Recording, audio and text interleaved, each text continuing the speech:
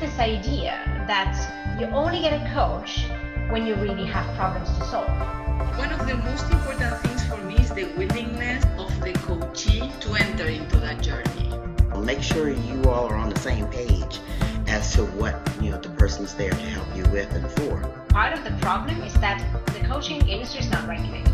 There is a stage before that. Many voices, many different thoughts, many insights in this special episode of the World of Work podcast of the WoW. It was a live event which took place on June 17th. And I was joined by Chiara Covone, the special guest, and we talked about demystifying coaching. But you heard there were other voices that were part of this conversation because actually the panel was pretty broad. A dozen or so participants taking part on what is a relevant topic because there's a lot of noise around coaching, and the purpose of the event was really to unpack some of these myths and to provide some clarity in terms of what coaching is and what it isn't. But let's tune into the conversation and let's start by getting to know Chiara a bit better. Yes, with pleasure. Thank you everybody for joining for today. So my name is Chiara and Chiara Covone. I'm originally Italian, so like Paola, I think it's kind of an interesting mix of two Italians. There's more Italians actually here on the call, which is always fun. So I'm originally from Rome. I left Rome in 2004 and started living abroad. I lived many years in Lausanne. So I see there's a couple of people from Lausanne. Lausanne is really my second home still. I loved living in Puyi. And I moved then to Austria. Then I lived also in Zurich a couple of years. And then I moved to Sweden. And so my career was very much into Philip Morris, 12 years. So this is where we met with Paola. We were working, developing next generation products for adult smokers. It was a really engaging and fantastic journey. And then we both left Philip Morris and I moved on to work for Mondelez. And then after Mondelez, I decided that I wanted to do something completely different. And by the way, I became a mom of twins on the way, which kind of put my total world upside down. And this was actually the biggest opportunity that I got because I felt I lost completely my whole confidence because I was a senior leader in an organization. I joined DS Smith then, which is a packaging manufacturer. So I moved into a very male-dominated industry as a vice president in innovation. And I was a mom of twins, of two little things that couldn't speak, couldn't express themselves. And I was living in this scarcity mindset. I was never enough at work, never enough at home. And I really felt like, what is this life about? Where's my funny life that I was going skiing to Verbier every weekend? I can't recognize that anymore. But of course, I loved both my work and my being at home as a mom and a wife, by the way. And so I actually got myself a coach. And this really opened up a new world in front of me because I understood that a lot of the things that I thought were external from me were actually internal. And this has really got me to say, okay, this is actually my path. This is my calling. I don't know if you read the book, The Big Leap, but Gay Hendricks, the author, talks about your zone of genius. You have 4 zones. There's a zone of incompetence, competence, excellence, and then there is a zone of genius. And the zone of genius is really where you do things where work doesn't feel like work. And I really found that place, and I'm so grateful. So I dropped everything. I dropped an amazing job and an amazing salary for, starting all over. To become a genius. That's what it's all about. Exactly. Sometimes it takes that leap. That's great, and we'll have, of course, the opportunity to get to know more about your story. But I'd now like to focus on the conversation about, this concept of coaching and demystifying. And again, I do put a warning out there. There are quite a few BA coaches on this call, and I do think that, given the fact this is also for listeners who may not be connected live, but for people who are really curious about it, skeptical perhaps about it. And that's why I think also sharing your story is important because you've also gone through that process, like many in this call have as well. But I think if you would agree as a collective, we kind of try to unpack what could be some of the myths regarding coaching. And Chiara and I have, she's come up with her list. I have my small list. And if you would agree, we would start with that, and then feel free to join in if any of these myths kind of ring true to you too. And again, with the intent of putting some clarity, I think, about what coaching is and what it isn't. Would you like to start it off, Chiara, with your Yes, list? absolutely. I think, Paula, it's yes. Michelle. Can I just ask a question? What you mean by BA coaches when you say that? Sorry, I don't I know. wanted to be Oh. politically correct. Okay. And so it's not the business administration BA, but it's more Okay. the sisterhood BA, like the BA, Okay. the Okay. bad. Okay. Got it. Okay. I got it. All right. I'm not even going to do a drawing for that, but Clear. Thanks. Yeah, a drawing maybe in the show notes. Exactly. Hey, Lou, nice to see you, by the way. I didn't see you before. It was good to catch up. So yeah, would you like to let's kick it off with Perfect. So the first myth that I encounter a lot when I am talking to potential new clients in my coaching business is, no, I don't need a coach. I don't have a problem. So there is this idea that you only get a coach when you really have problems to solve. And I think this is so interesting because somehow this perception must have come from somewhere, right? And I, of course, always like to understand, why do you think that you only need a coach? I mean, look at Federer. Does Federer have a problem? Doesn't look like. And the other thing is also that somehow coaching has not been democratized. We talk a lot with Paula about democratizing coaching. And the reality is that, and Susan, you might have had a very different experience, because in the US, I think coaching is like miles away, way more advanced than in the rest of the world.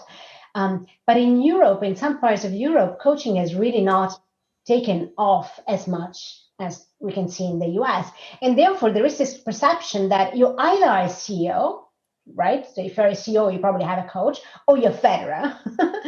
But the rest of the world doesn't need a coach, doesn't want a coach, doesn't understand what coaching is. And I think really it's so interesting to demystify this perception that coaching is about empowering people, embracing your full potential within you, and get the noise out that stays in the way for you to express the full potential. So really helping the world to understand that coaching is a help, it's a supporting role, like you can see in the sport world. I think it's the first thing that we want to clear the water. Shall we pause on that one and kind of get a temperature check here on this point? So you get a huge thumbs up from me, Chiara, on that one. The whole concept of people thinking that they're broken. There's something broken or something bad going on. They show up, and therefore they don't want to say that there's something bad going on because they don't think there was one. And so you get into this loop of, I don't need it. So that's a really good one. And so what I would say to any listener is, this opportunity that Chiara said, to open up yourself and just really start to unpack things that you haven't given thought to, is a good start. So I like that comment. Now, Susan, now I know why you and I are sisters, because I prepared my little Oh my God. The myth of coaching is about fixing someone, and someone is broken. So it's a promise. We did not prepare. We didn't talk. Susan lives on the other side of the pond, or the ocean. And but yeah, I think this is, there's a myth. It's about something is broken in me, or we need to fix something, or I have a problem with something. And it doesn't, it's about optimizing, in my view, and through that process of optimization, you may discover other things, that may be popping up. Could be limiting beliefs, could be obstacles, it could be whatever little pebbles may come our way. But I think this was an important one, right? It's not about very important one, fixing something or someone, but it's about optimizing, right? Yeah. And Kat, I also had one, but that one we kind of did together, right? Which is linked to what you were saying. This other myth, right. Coaching is for executives and leaders. From a corporate perspective, this is how it's viewed, by the way, when you're in a company. the HR departments, which we know quite a bit about, tend to invest more and sponsor more coaching at executive and leadership level. Can we maybe do a deeper dive on this one? Because to some extent, this is not so much of a myth as much of a truth. A reality. Yeah. I mean, the fact that coaching is only for executives and senior leaders is a myth. That's only those people have access to it and should have access to it. I think that's a myth. And I think it's interesting to understand why, right? What is the background from an HR perspective, from an organizational perspective, to say, yes, this leader, we want to give him a coach or her, versus, the rest of the corporation doesn't, we shouldn't bother. And of course, there is a cost involved into that, but I think it's bigger than that, because the cost doesn't justify. It's a benefit, but it's also this really strong belief, I think, that with coaching, you are more effective. And therefore, it's more important when you are at that level, at board level, right, that you're interacting with the board all the time. So at that level, it's more important that you're really effective and efficient and you're maximizing your potential, versus below that level, or 2-3 degrees lower than that, that's not as important. You can be quite ineffective in your work and the company's still going to survive. So I think there is those two elements, which I really think is interesting. And I'd like to hear the comments of the people here on the call, what their experiences on this. It's Michelle here. I was thinking that maybe for these senior executives, I don't want to say it's too late, but these are sort of skills and things that should be promoted and enhanced in people as they're coming up the ladder. So I think it's, yes, they see a return on investment, and there's always that cost. And I think, at least I can speak for the company I work for, and Paula and some on the call know it. We tried to get a coaching culture involved, because I think there are certain things you can do as managers just to instill asking the right questions and things like that. It starts for me very, very early to get the benefits, and it's pretty short-sighted to focus in and pay and invest in 2 or 3 when they're in quite senior positions already. So that's what I would add. I think that's super valuable, Michelle, what you're saying, because I think the executive coaches that I've seen, the executive coachees that get a coach, usually it is because of this. Yeah. Yes. And it's not to optimize, but actually there are quite a few, of course, we're not here to disclose any kind of information, but I do think it's important that if you do get a coach and you're an executive, that's not always a good sign, no matter how well it is positioned. But now that I'm on the other side, and sometimes I've seen what it means to coach an executive, there is a lot of skepticism in terms of, is this a real peer-to-peer, honest, transparent coach-to-coachee relationship, or are you on behalf of the company trying to get some sort of information about me, or trying to fix me because there's some other issue that nobody really wants to talk to me about? So Michelle, definitely, when you do get to that level, it is too late in many cases, isn't it? Yeah. And also, I think if we go back also to the first myth that we talked about, because coaching, there is a lot of executive coaching, but there is also life coaching. There is marriage coaching. There is sales coaching. There is a lot of coaching. And often cases, those are actually, you call upon a coach when you do have a problem, right? So those are, unfortunately, you don't get a life coach just because you want to be more effective at work or at home. Unfortunately, you do go and ask today very often for a coach when you have something to fix. So it becomes kind of a self-fulfilling prophecy. So that's an interesting one, right? Like, when is the best time? I think that could be another interesting topic, is like, when is the best time and when is it most effective to actually invest in a coach? Let's say now from a personal, individual perspective, let's put corporations for a second aside, but say when would it be appropriate, would you think, the best time and most effective time to invest I mean, I think as early as possible, and I'm happy to hear other opinions. But I see when I coach, I have some very young clients that are in the 24 years of age, and I love being able to empower them at that age, because then you don't build up all those limiting beliefs, all those disempowering belief over the years. When you start very early, then you are more equipped to face whatever life throws at you. So I would definitely say, in some university, I know, particularly in the US, but also in the UK, I know that coaching is already offered at a very young age when you are in college. And I do think that that's so helpful. And those that maybe have, maybe are more professional in the sport world, that they have coaches, have been coaching, had coaching services there, I think maybe they're already more open in the mind, with the mindset to that practice. Mhm. Any other thoughts on that? Susan, Lou, Graciela? Yes, I think Charles, I disconnected the camera because the connection is a bit unstable, so I think it's better now. Okay.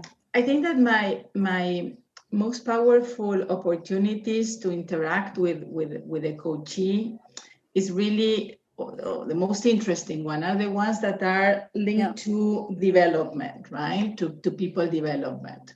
So it can be when a person starts growing their career, it can be in the middle, it can be when they are even senior, right?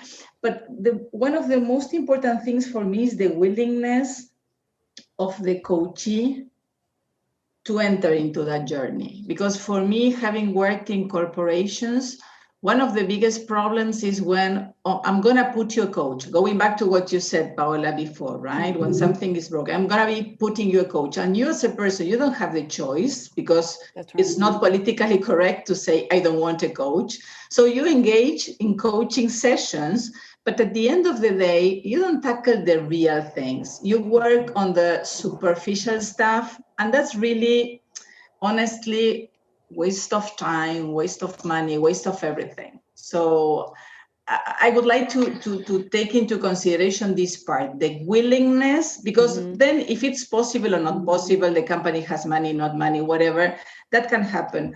But it has to be really intentional from the coachee, that commitment that I really want to do something about it.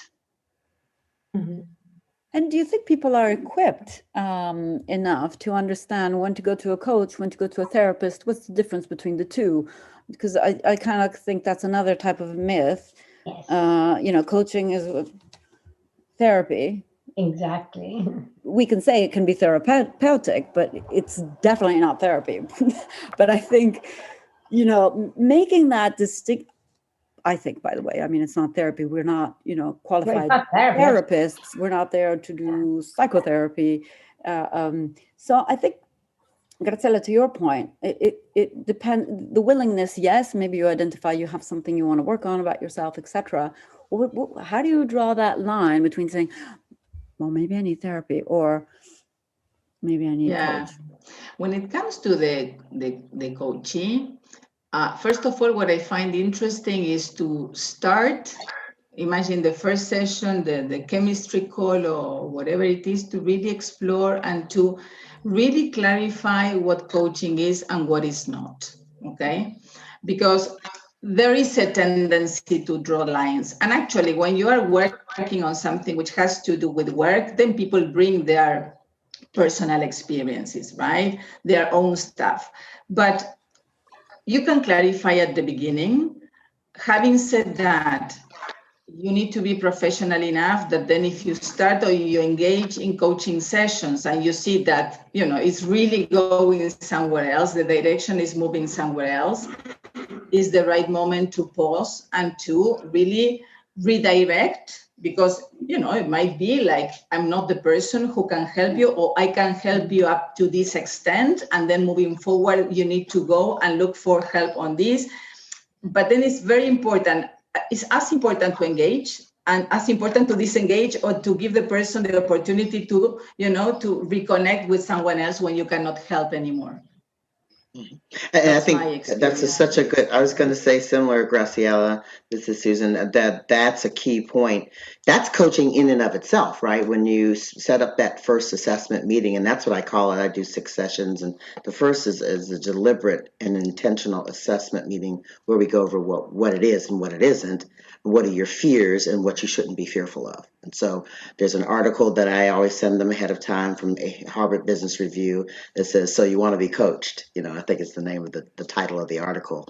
And it gets into these points. But Graciela, that was just such a great point around if you have never been coached before, look for that in your coach. Ask, make sure you all are on the same page as to what the person's there to help you with and for. So that willingness, and I call it ready, willing, and then I'll help you be able. But you got to bring the ready and willing to the party, right? Like I can't bring those. You got to bring those. And then able comes. So I think that's a terrific point. And us coaches, right? If you're thinking about coaching and you're listening to this, that's an important point to redirect. That's coaching in and of itself.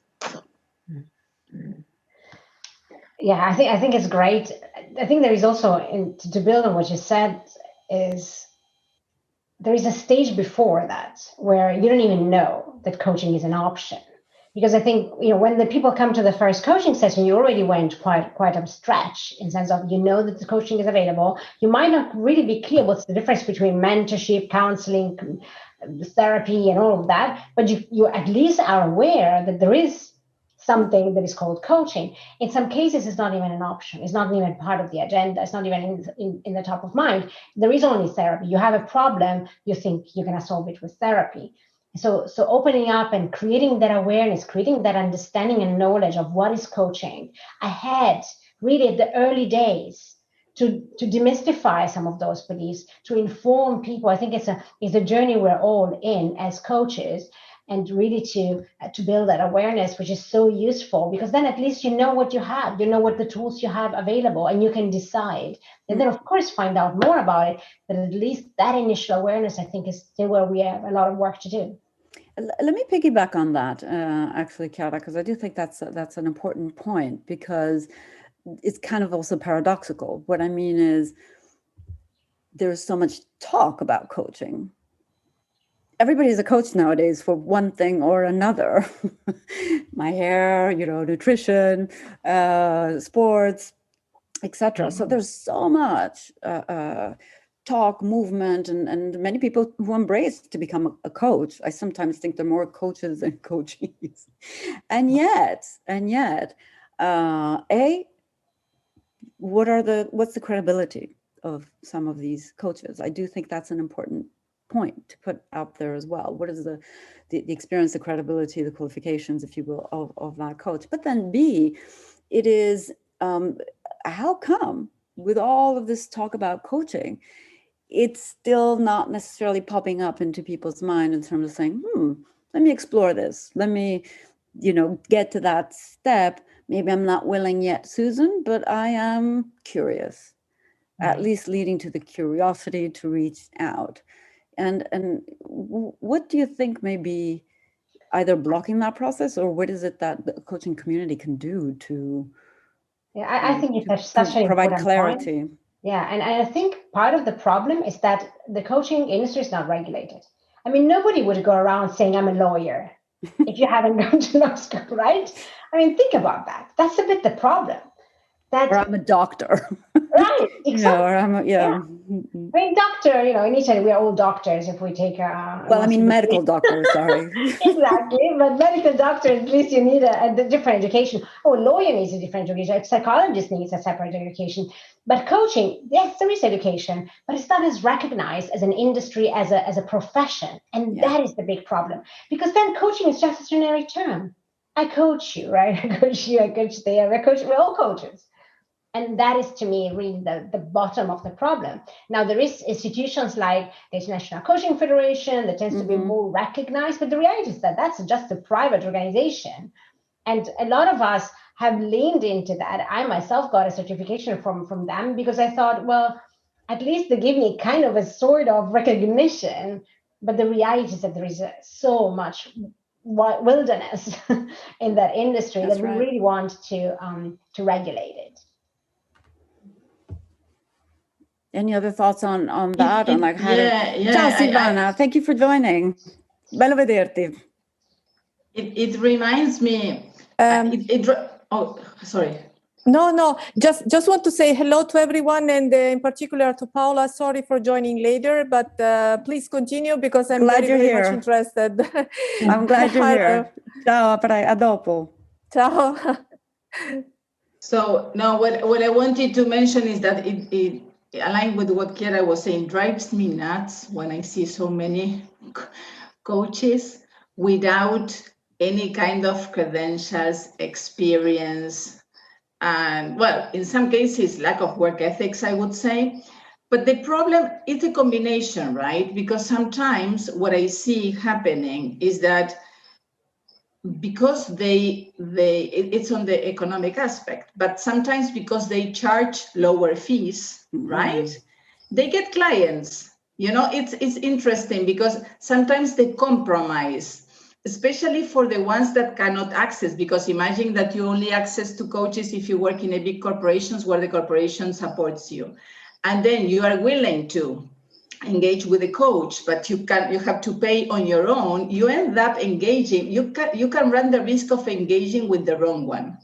So at the end of the day, you may have a good or a bad experience, but imagine that the experience is bad, then it influences in the whole, you know, because the word of mouth is like, okay, the world of coaches is full of people that are not. So exactly. We're prepared. So I think that that's the part for me that is very difficult, because I take the example of the, as you said, that is non-regulated with the assessment tools. When you work on that is non-regulating and everything can do an assessment. I work in both, right? In both aspects. And I see that that's a struggle. And I think that there's a lot to be done there, just to be able to position really the people that are working on this professionally and have the credentials and the education and, you know, and the abilities and the skills to do it. Not just because I have people and I enjoy having people and I would like to give advices, I can call myself a coach. I love that. Wait, give me a second. Yeah. Coaching session.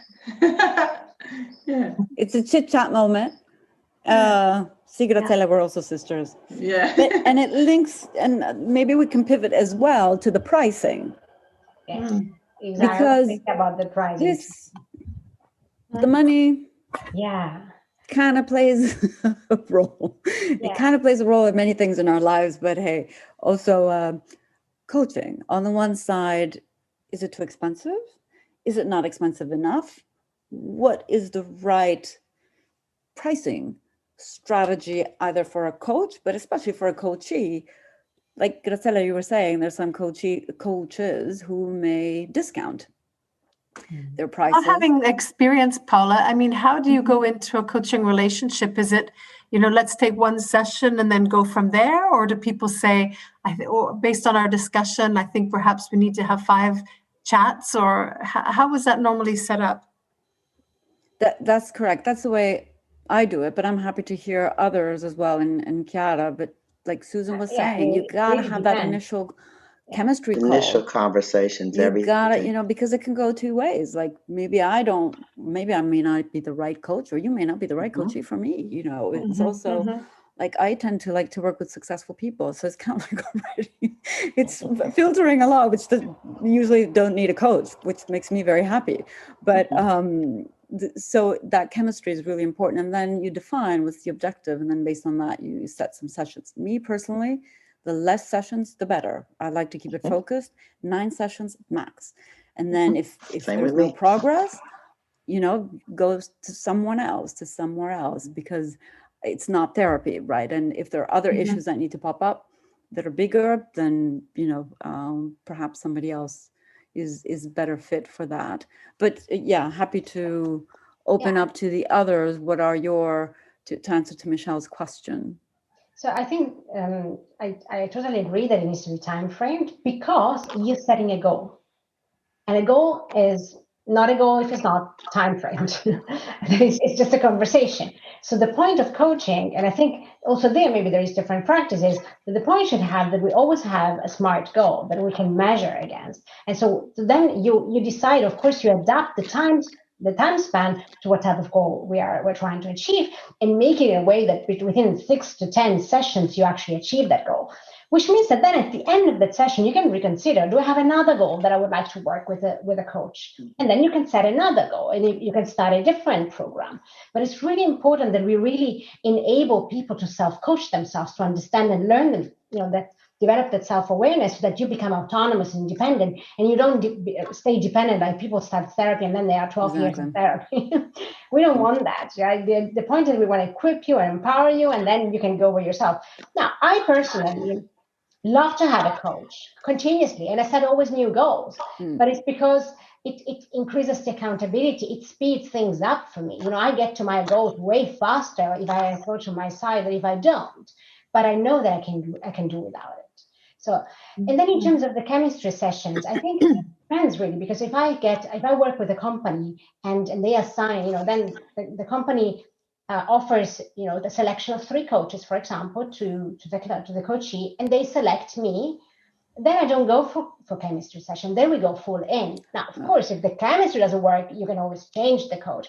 But my objective is, of course, to be successful with whatever client I get. So I think it really depends. On a private platform instead, then the chemistry session is much more important, because then it's your money, it's your chemistry, it's your goal. You really want to understand that the person that you have on the other side has the right expertise, has the right style that fits your needs, that fits your style and your type of approach. So then the chemistry session is absolutely fundamental. So here we are, we've reached the end of this first part of the live event, which took place on June 17th. We covered a lot of ground in 30 minutes.